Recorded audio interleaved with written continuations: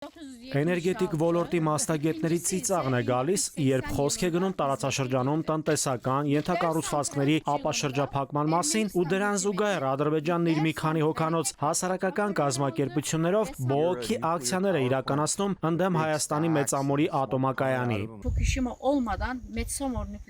Մի պարզ պատճառով է Ադրբեջանն իր ՀԿ-ներին ու այսպես կոչված բնապահպաններին ոտքի հանել ընդդեմ Հայաստանի խոշոր էներգետիկ կառույցի։ Այդ երկիրը ևս նախատեսում է իր տարածքում կառուցել ատոմակայան, իսկ Ադրբեջանը վախենում է, որ Հայաստանի ատոմակայանն իրենց համար կարող է խոչընդոտ դառնալ։ Հետազոտական ռեակտոր է ուզում կլինեն ատոմակայանի։ Երբ որ մենք մագազին ենք գնում բան, դասում ենք այդ մասին։ Հետազոտական նշանակում է միջուկային հետազոտությունների անելու կատարելու համար հետազոտական ռեակտոր է, իսլեվսկի ռեակտոր է։ Այլանք ուզում են այդպիսի բան դնել։ Բայց նոր դե կարող է կուլիսների հետևում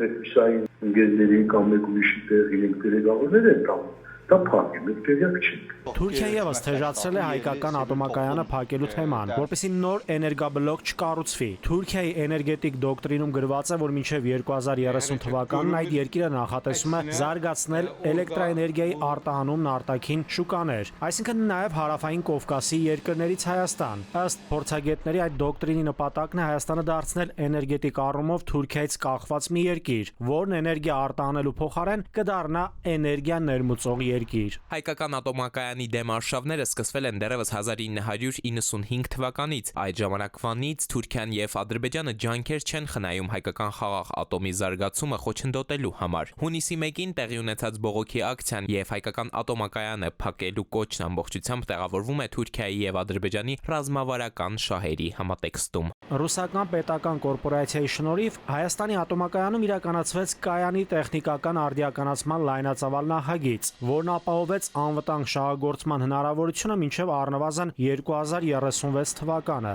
Ռուսները հիմա շատ ակտիվ մասնակցում են նաև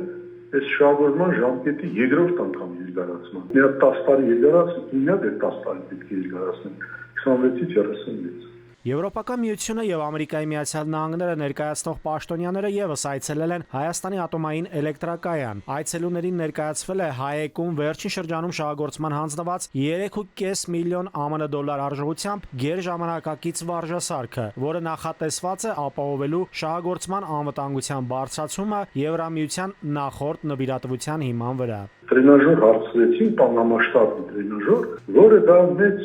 քայլ է դեպի անվտանգություն։ Դա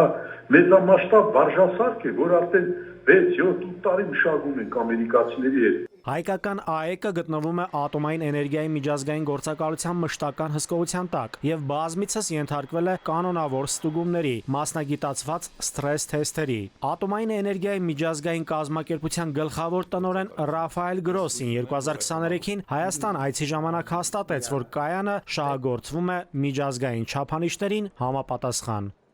Նաիրի Մուրադյան, ժամը լրատվական։